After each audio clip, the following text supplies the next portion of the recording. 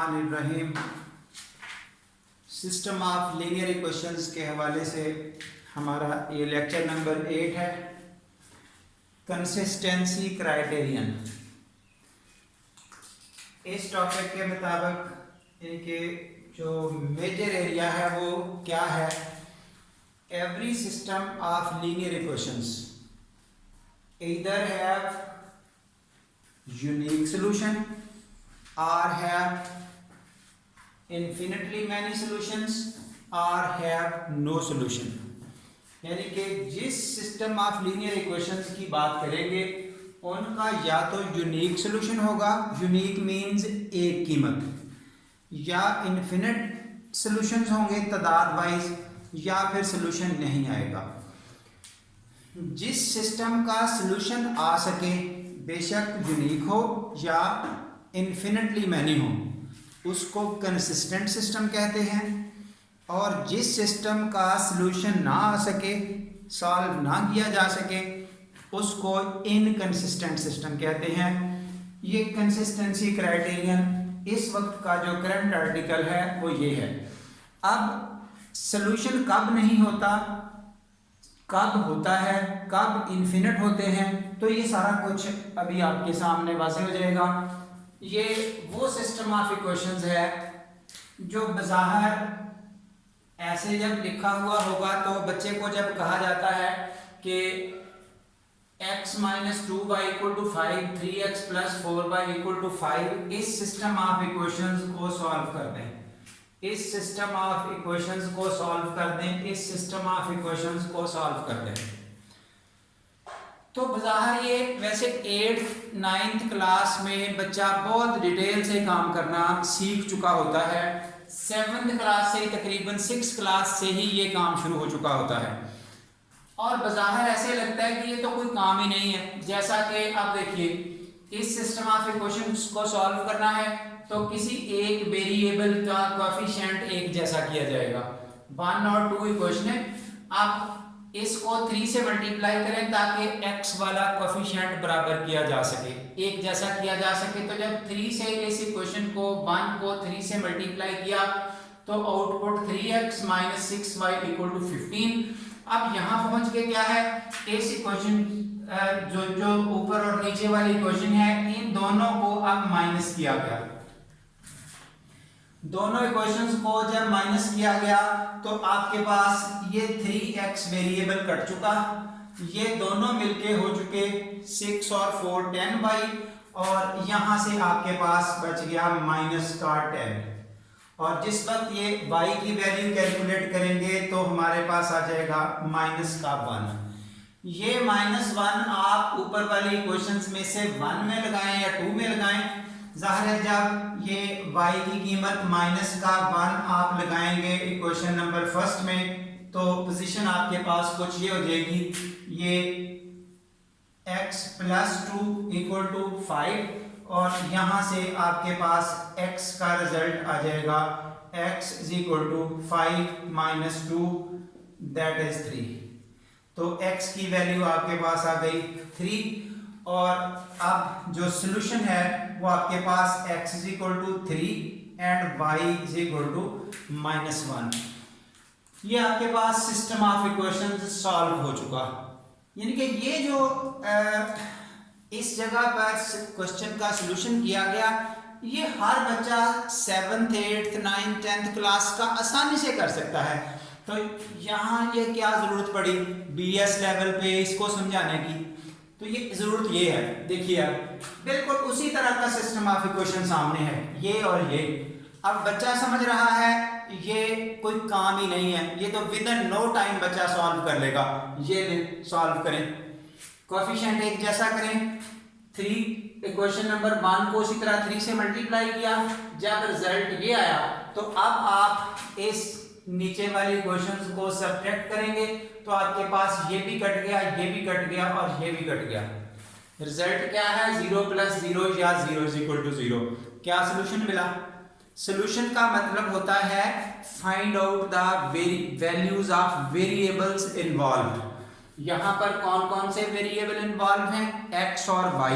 इनकी कीमतों को बताना था फिर सोल्यूशन आना था। जैसे ये कीमतें आ गई, सॉल्व हो गया सिस्टम, यहाँ कीमतें नहीं निकली, अब क्या करना है, कहा देखने को तो लगता था ये कोई काम ही नहीं है, चले ये ले लें x plus 4y equal to 7। ये लाइनों में 3 सिस्टम अलग अलग लिखे हैं। नीचे एक क्वेश्चन है, जब आप यहाँ तक हैं तो बज़ाहिर लगता है ये कोई काम ही नहीं है हल करना। चले हल करने की कोशिश करें।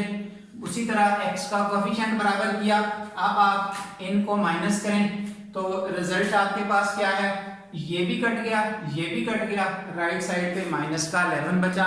तो क्या सोल्यूशन मिला, यानी कि अब आप बज़ाहिर लग रहा है कि ये कोई काम ही नहीं था, just like the system of this type. ये हमें इसी तरह के बराबर एक जैसी चीजें नजर आ रही हैं, लेकिन काम तो नहीं हो रहा। यहाँ सोल्यूशन मिल गया जो रूटीन में बच्चा समझ रहा है। यहाँ दोनों जगह नहीं हम उस स्टेज पे पहुंचे जिससे हम वेरिएबल एक्स और वाई की कीमतें बता सकें।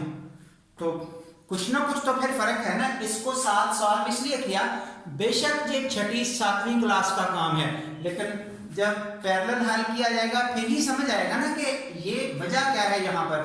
हाँ जी, जब 0 इज इक्वल टू 0 आए तो ट्रू स्टेटमेंट है इन जनरल लाइफ, 0 0 के बराबर ही होता है। ये कोई प्रॉब्लम वाली बात नहीं है, ये एक करेक्ट बात है। लेकिन यहाँ पर क्या है, 0 इक्वल टू -11। अब 0 -11 के इक्वल कैसे होगा, 0 0 के इक्वल होगा या -11 के इक्वल होगा, ये पॉसिबल नहीं है, एक अनरियल सिचुएशन है। ये चीज हमें यानी कि एग्जिस्टेंस में नजर नहीं आती। जहां पर नॉट पॉसिबल हो, अनरियल सेटअप आ जाए, 0 इक्वल टू 5, 9 इक्वल टू 30, यानी कि वो हो नहीं सकता इन रियल लाइफ, तो वहां हम कहेंगे नो सोल्यूशन।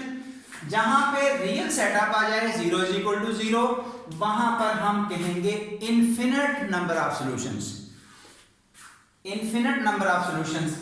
जहां पे नो, ये एक कंट्राडिक्टरी टाइप चीज आ जाए, कंट्राडिक्शन इसको बोलते हैं, जो स्टेटमेंट ऑलवेज रॉन्ग हो। ए statement which is always wrong उसको कंट्राडिक्शन या अब्सर्डिटी बोलते हैं। अगर ये कंट्राडिक्शन आए, नॉट पॉसिबल आए, तो no solution. 0 is equal to 0 आ जाए काम के दौरान तो इनफिनिट नंबर ऑफ सॉल्यूशंस। और अगर ये रूटीन में सॉल्व हो जाए जैसे ये है तो उसको सोल्यूशन कहते हैं। हाँ जी, यहां पर हो जाएंगे infinite solutions, infinite number of solutions, यहां पर हो जाएगा नो सोल्यूशन।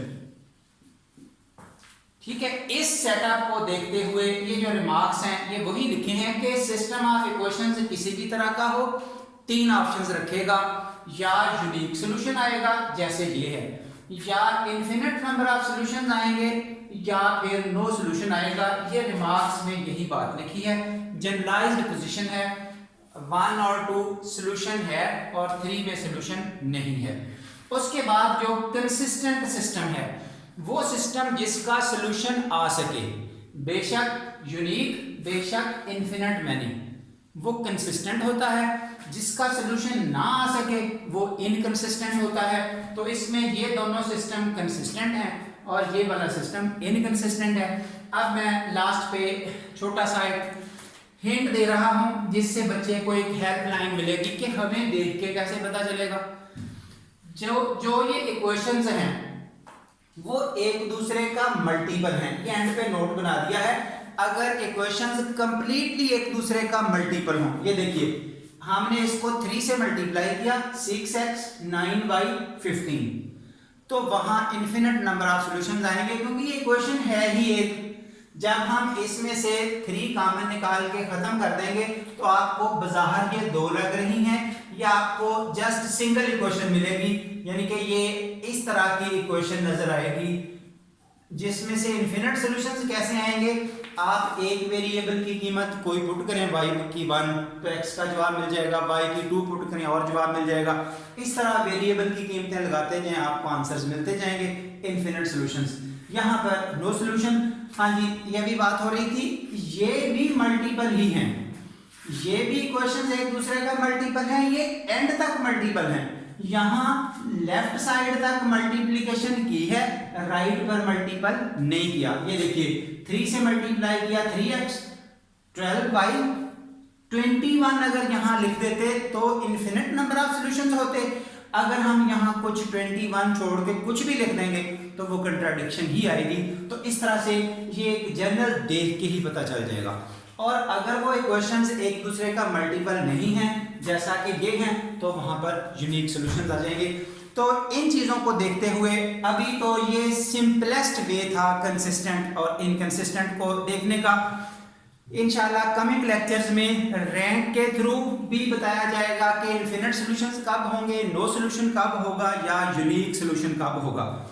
एक बार और अब हम इनकंसिस्टेंट सिस्टम को, जैसे ये सिंपल सी एग्जांपल्स थी 2x2 की, अगले नेक्स्ट लेक्चर्स में ये इनकंसिस्टेंसी के हवाले से, इनफिनिट नंबर ऑफ सॉल्यूशंस के हवाले से कुछ हैवी एग्जांपल्स 3x3 की या 4x4 की जिसमें वेरिएबल्स ज़्यादा होंगे, उसको इंशाल्लाह सॉल्व करके समझाया जाएगा कि ये किस तरह का कंसेप्ट है। So that's all up to you.